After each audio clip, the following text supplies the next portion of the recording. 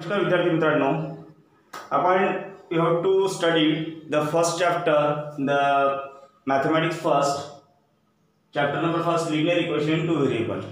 विद्यार्थी मित्रांनो, आपण गणित 1 मधलं प्रकरण नंबर 1 मधलं पहिलं प्रकरण चालू केलं होतं. गणित 1 मधलं पहिलं प्रकरण दोन चलातील रेषीय समीकरणे.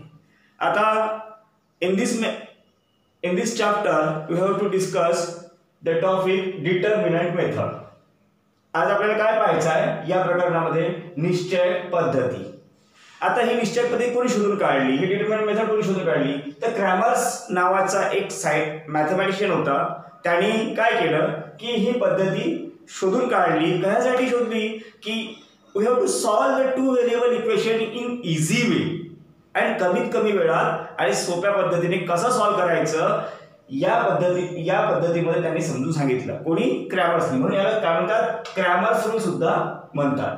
म्हणून आता क्रॅमर्स रूल काय आहे, याला कसं सॉल्व करायचं, हे डिटरमिनंट काय आहे त्याला कसं सॉल्व करायचं.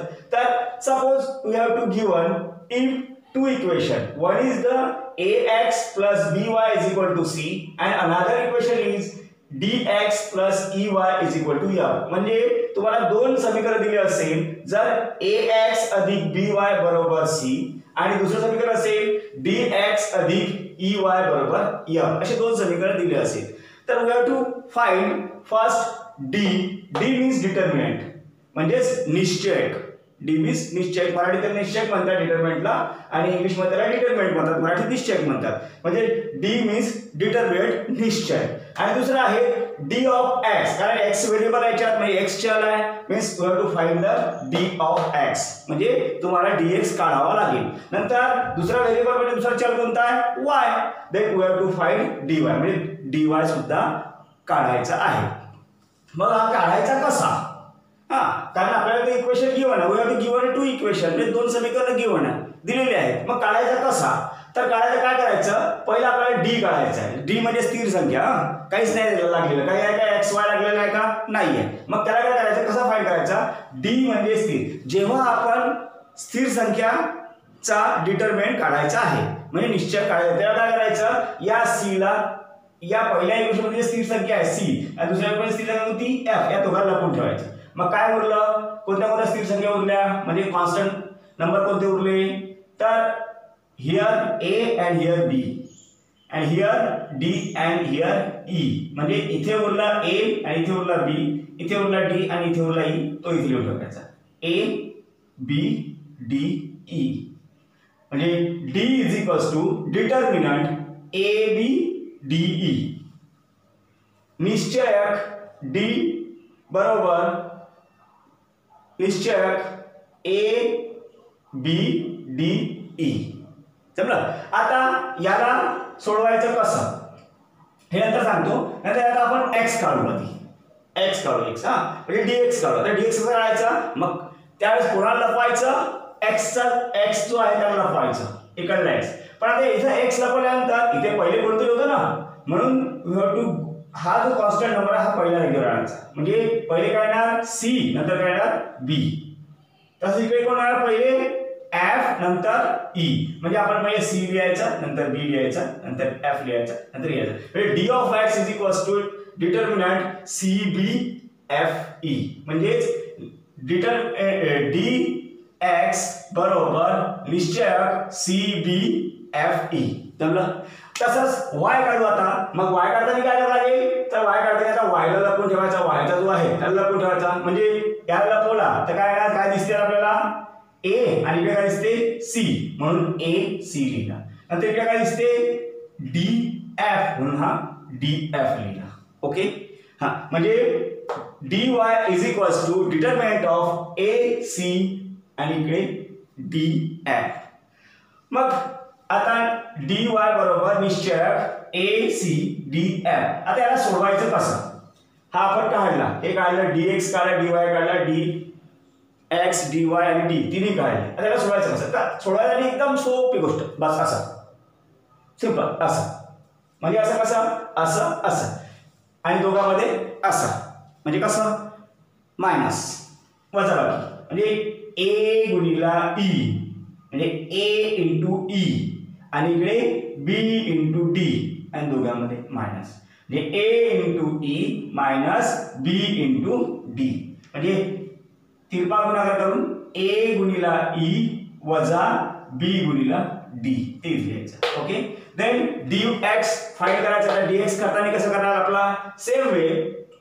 dx करताना तर e into C minus B into F आहे, म्हणजे e गुणिला सी गुणिला ई वजा बी गुणिला एफ. ओके, तसाच याला सोडवताना याला सॉल्व करताना काय करायला लागेल, dy म्हणजे dy काढायचा, तर याला सॉल्व करताना काय करायला लागेल, पुन्हा क्रॉस मल्टिप्लाय म्हणजे तिरपा गुणाकार a into F minus C into D, म्हणजे a गुणिला एफ वजा सी गुणिला डी. आणि मग हे तिन्हीच्या किमती काढल्या. तर हे तुम्हाला इथे नंबर्स दिले नाही आहे सध्या, आपण इथे कोणताही नंबर यूज करू शकतो म्हणजे वापरू शकतो. तर याच्या जागी आपण कोणतेही नंबर वापरले यूज केली तर याची तुम्हाला एक कॉन्स्टंट नंबर म्हणजे ठराविक किंमत मिळेल. आणि मग तुम्ही त्याला तुमच्या या इक्वेशन मध्ये जे व्हेरिएबल असेल, जे चल असेल, या समीकरणामध्ये जे चल असेल, या इक्वेशन मध्ये जे व्हेरिएबल असेल त्याची तुम्हाला व्हॅल्यू फाइंड करायची,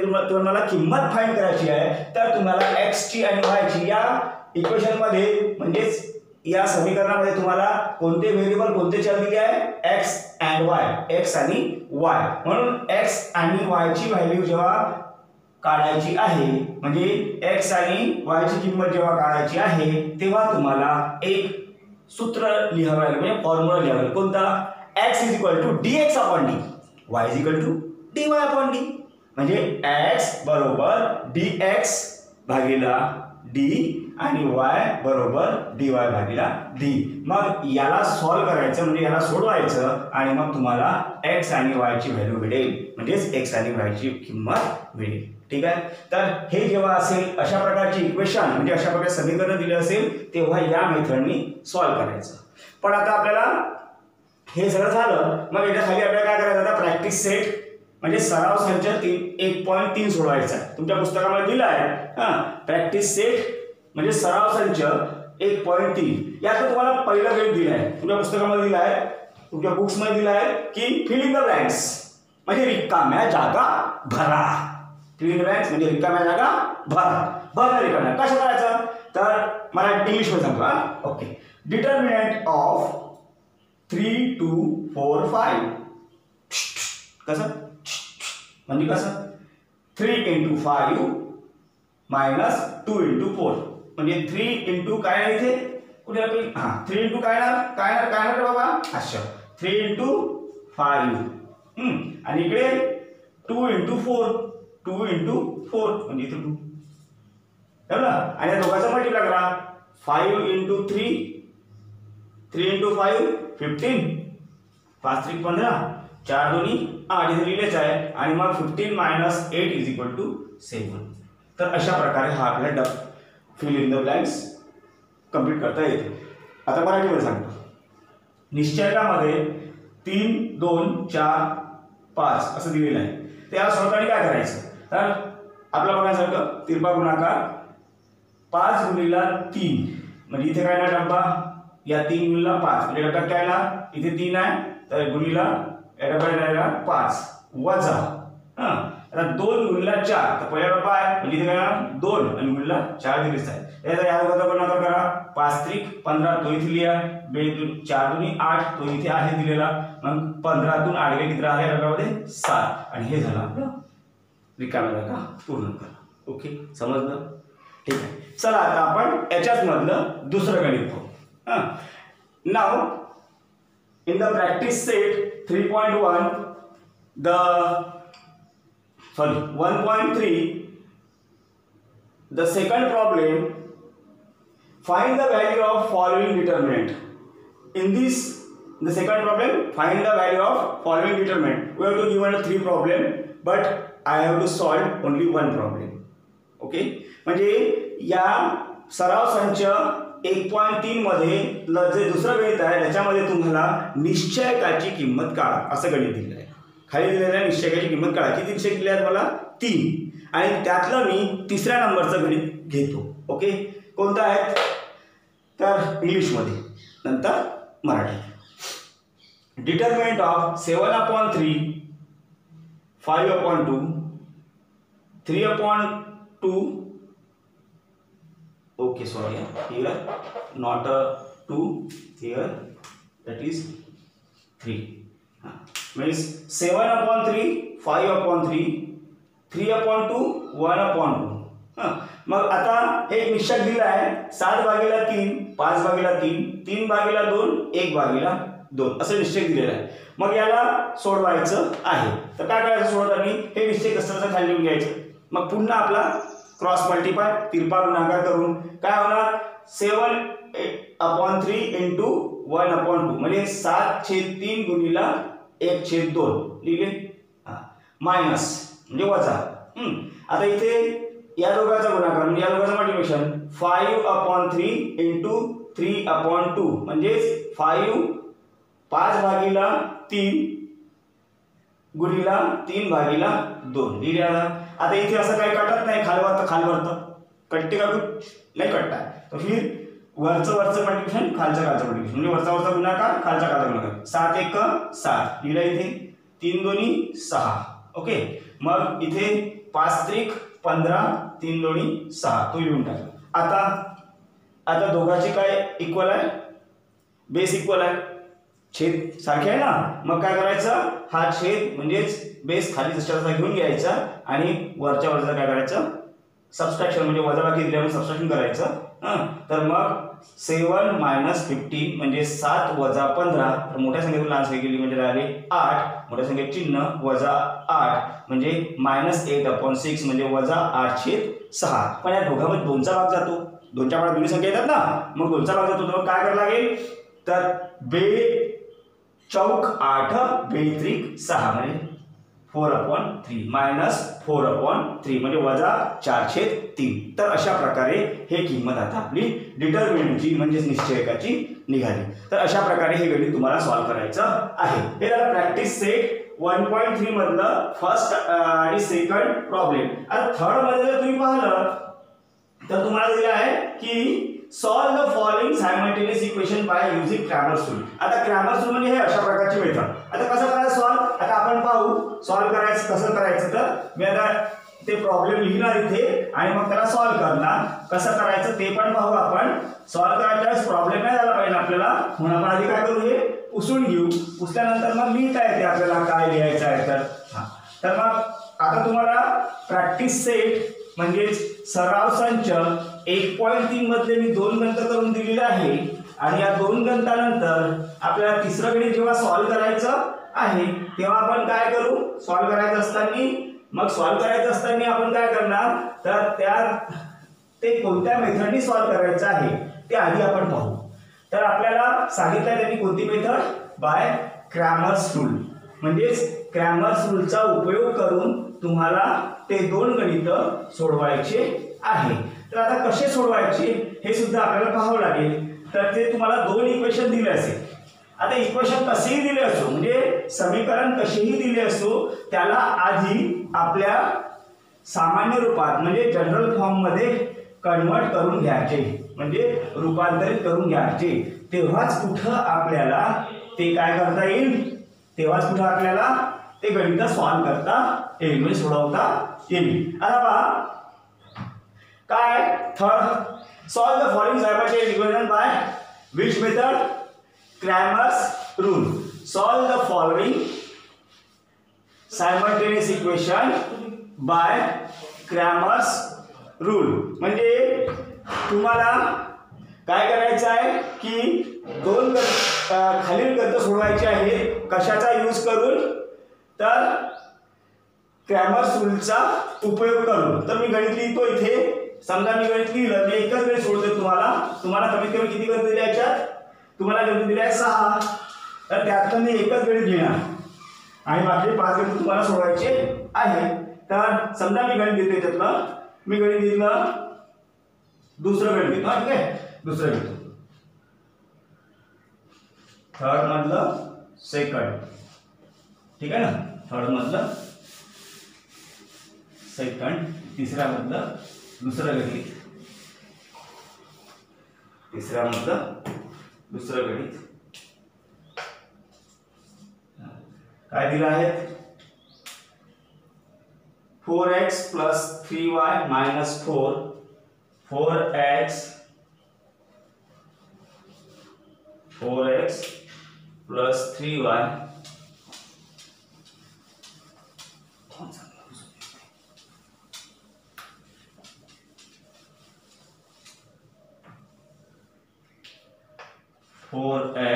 minus 3y is minus 4 is equals to 0, comma is equal to 0, comma 6x is equal to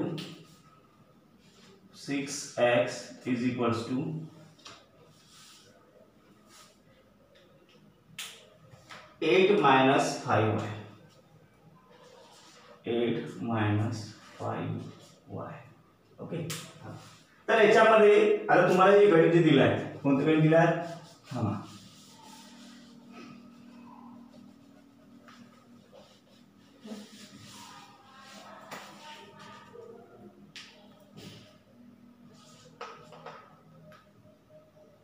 6x is equals to 8 minus 5.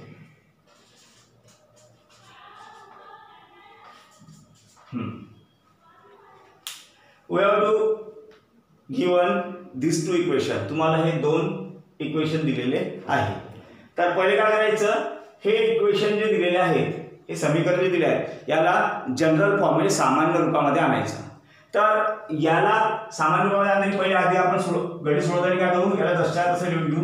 म्हणजे 4x minus 3y minus 4 is equal to 0. म्हणजे 4x वजा 3y वजा 4 बरोबर 0. जसा तसा आपण लिहिलं. आता याला जनरल फॉर्म म्हणजे सामान्य रूपामध्ये लिहायचं आहे. तर काय करू, x आणि y च्या टर्म इकडेच ठेवू.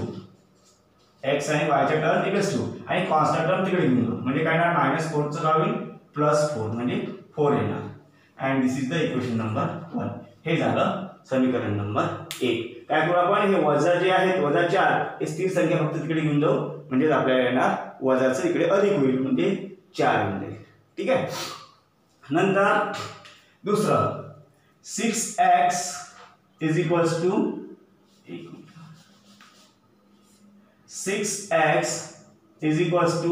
8 minus 5y. मग आता आपल्याला काय पाहिजे, हिअर 6 इथे 6x बरोबर 8 वजा 5y आहे. आपल्याला काय पाहिजे की x आणि y च्या ज्या दोन्ही किमती आहेत, म्हणजे टर्म आहे, सॉरी किंमत नाही, टर्म आहे, ते पद आहे, ते एका बाजूला पाहिजे, म्हणजे एका साईडला पाहिजे ना. म्हणजे 6x आणि म्हणजे 6x आणि 5y इकडल्या बाजूला लागेल. मग हे -5y इकडे घेऊन या, म्हणजे वजा 5y इकडे घेऊन या. तर काय होईल 6x plus 5y is equals to काय इकडे 8. म्हणजे 6x हा वजा आहे इकडे, तर काय होईल इकडे अधिक 6x अधिक 5y बरोबर 8. ते समीकरण नंबर 2 म्हणजे इक्वेशन नंबर 2. ओके. आता याला सॉल्व करायचं आहे. तर पहिले आपण काय करायचं म्हटलं, these two equation are converted into general form. Yes, okay, these two equation is converted into general form. Then that after we have to solve these two equation. Then we have to find, आता हे सामान्य रूपामध्ये आलेले दोन समीकरण आहे, याला आपण कोणत्या काय काढायचं, क्रॅमर्स रूलने सोडवायचं आहे. तर क्रॅमर्स रूलने सोडवताना काय करू, पहिले आपण d काढू आधी. तर d काढताना काय म्हटलं होतं मी, हे लपवून ठेवायचं स्थिर संख्या. म्हणजे इकडे काय येणार 4 3, इकडे काय येणार, पण इथे मायनस आहे म्हणून इथे -3 घ्यायचं. ओके. तर इकडे काय येणार 6 5 कंप्लीट. आता याला सॉल्व करा. तर 4 × 5 म्हणजे 4 × 5 20 मायनस 3 × 9 म्हणजे सॉरी 3 × 6 9 3 sin 3 18. पण साइन कोणतं minus, then is equals to, तर minus minus plus 20 + 18 is equals to किती 38. काय केलं आपण की आपल्याला x d काढायचा आहे. d म्हणजे हे स्थिर संख्या जी आहे त्याला कोण ठेवायचं, म्हणजे काय इथे काय दिसते आपल्याला 4 म्हणजे 4 आणि इथे -3 ते 4 - 3 दिलेले. नंतर इथे काय दिसते 6 आणि 5 ते इथे लिहिले. आता आपण तिरपा गुणाकार करणार. 5 चौक 20 ते इथे लिहून टाकायचे. साइन त्रिक 18 ते इथे लिहायचे. पण मधात आपण पहिलेच वजा चिन्ह देणार आणि मग इथे वजा चिन्ह आहे ते इथे देऊ. वजा वजा अधिक म्हणजे किती झाले 20 अधिक 18 बरोबर 38. आता काय काढायचं आपल्याला dx. Then we have to find dx. मग आता इथे काय करणार dx फाइंड करताना x ला लपवणार. मग इकडला कॉन्स्टंट इकडे घेऊन काय येणार 4 अधिक then 4 then minus 3. Here 8 5. Then solid 4 into 5 means 20. Then 8 into 3 for minus 8 into 3 means a trick 24. Then is equals to then minus plus म्हणजे 20 plus 24 is equals to 44. Then आता आपण काय केलं dx ची किंमत काढली. तर dx कसं काढलं तर dx काढताना आपण x ला लपवलं त्याच्या जागी कोण घेतला स्थिर संख्या म्हणजे 4 म्हणजे 4 वजा 3 4 वजा 3 आले. इथे 8 5 8 आणि 5 आलं. मग आता तिरपा गुणाकार करा. 4 पंचे 20 ते इथे लिहा. नंतर 8 त्रिक 24 ते इथे लिहा. वजा चिन्ह आपण देऊ म्हणजे हा वजा आहे तर हा इथे वजा होईल. वजा वजा अधिक म्हणजे 20 अधिक 24 बरोबर 44. आता काय करायचं आहे dy. We have to find value dy means y गायब करून टाकायचा. काय दिसते 4 है ना. y लपून टाकायचा म्हणजे काय दिसेल 4 म्हणजे इथे 4 4 तसंच इथे y लपवा काय दिसेल 6 8 दिसते ना 6 8 म्हणजे 6 8. आता तिरपा गुणाकार क्रॉस मल्टिप्लाय 8 चौक 32 मायनस म्हणजे वजा 6 चौक 24. देन आता 32 मधून 24 गेले किती राहिले 8. ओके. आता then therefore x is equals to म्हणून x बरोबर आपलं बघा सूत्र काय होतं फॉर्म्युला सूत्र काय होतं dx upon d. then what is the value of d is dx is 44 upon d is d is 38. आता या दोघांमध्ये किती भाग जातो जाईल का तुम्हाला वाटते का 2 चा तुम्हाला वाटते बा. तर घेऊन द्यायचं 22 है ना. आपल्याकडे 22 ना आणि 19 दोन्ही 38. ओके. आणि नंतर d आता y ची व्हॅल्यू काढायची म्हणजे y ची किंमत काढायची आहे. तर y ची किंमत काढताना काय करणार आपल्याला फॉर्म्युला dy upon d. तर dy ची व्हॅल्यू किती 8 upon d ची व्हॅल्यू 38. पुन्हा किती भाग जाईल 2 चा जाईल घेऊन टाकायचा 2 चौक 8 19 दोन्ही 38 म्हणजे 4/3. तर अशा प्रकारे आता हे सोल्युशन लिहायचं आपल्याला. काय लिहायचं सोल्युशन. मग या सोल्युशन कसं लिहू आपण सोल्युशन लिहिताना पहिले कोणाची व्हॅल्यू लिहायची म्हणजे आन्सर लिहायचा आता आपल्याला. उकल त्याला म्हणतात मराठीत आणि इंग्लिश मध्ये काय म्हणतात त्याला सोल्युशन. मग आता हे सोल्युशन लिहायचं आहे त्याची उकल आपल्याला लिहायची आहे. तर मग कसं लिहिणार आपण चला तर मग पाहू आपण कसं लिहायचं. तर ते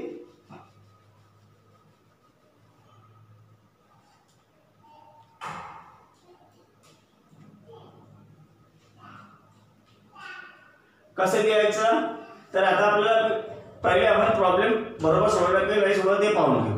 ठीक आहे ना. तर काय होतं आपल्याकडे गणित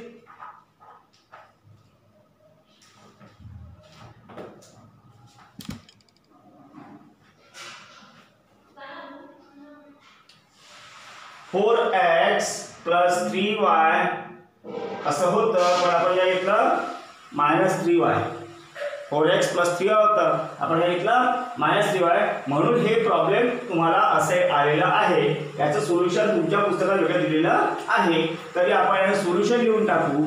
सोल्युशन मीन्स उकल. काय आहे सोल्युशन? सोल्युशन आहे पहिले x ची व्हॅल्यू म्हणजे 22/19, 4/19 आणि उकल आहे याची किती 22/19, 4/19. एक लक्षात ठेवायचं की तुमच्या बुकमध्ये इथे 4x + 3y - 4 = 0 असं दिलं आहे. आणि आपण काय घेतलं 4x - 3y -4 = 0, म्हणून याचे आन्सर वेगळे आले. आपण वेगळं करून पाहिलं थोडंसं पुस्तकापेक्षा. तुम्ही पुस्तकामधला जे प्रॉब्लेम आहे त्याला सॉल्व करा. 2 आणि 3 काहीतरी व्हॅल्यू येईल, -2, 3 वगैरे असं काहीतरी व्हॅल्यू येईल, ते सॉल्व करून पाहायचं आणि मग याचे सोल्युशन काढण्याचा प्रयत्न करायचे. ओके, तर आता यानंतर आपण याच्यावरच्या ॲप्लिकेशन म्हणजे याच्यावरचे जे काय म्हणते पाठ म्हणून आपल्याला शाब्दिक उदाहरणं आहेत, याचे जे ॲप्लिकेशन्स आहेत शाब्दिक उदाहरणं हे आपल्याला शिकायचे आहेत. तर आता मी हे व्हिडिओ बंद करतो. Okay, thank you.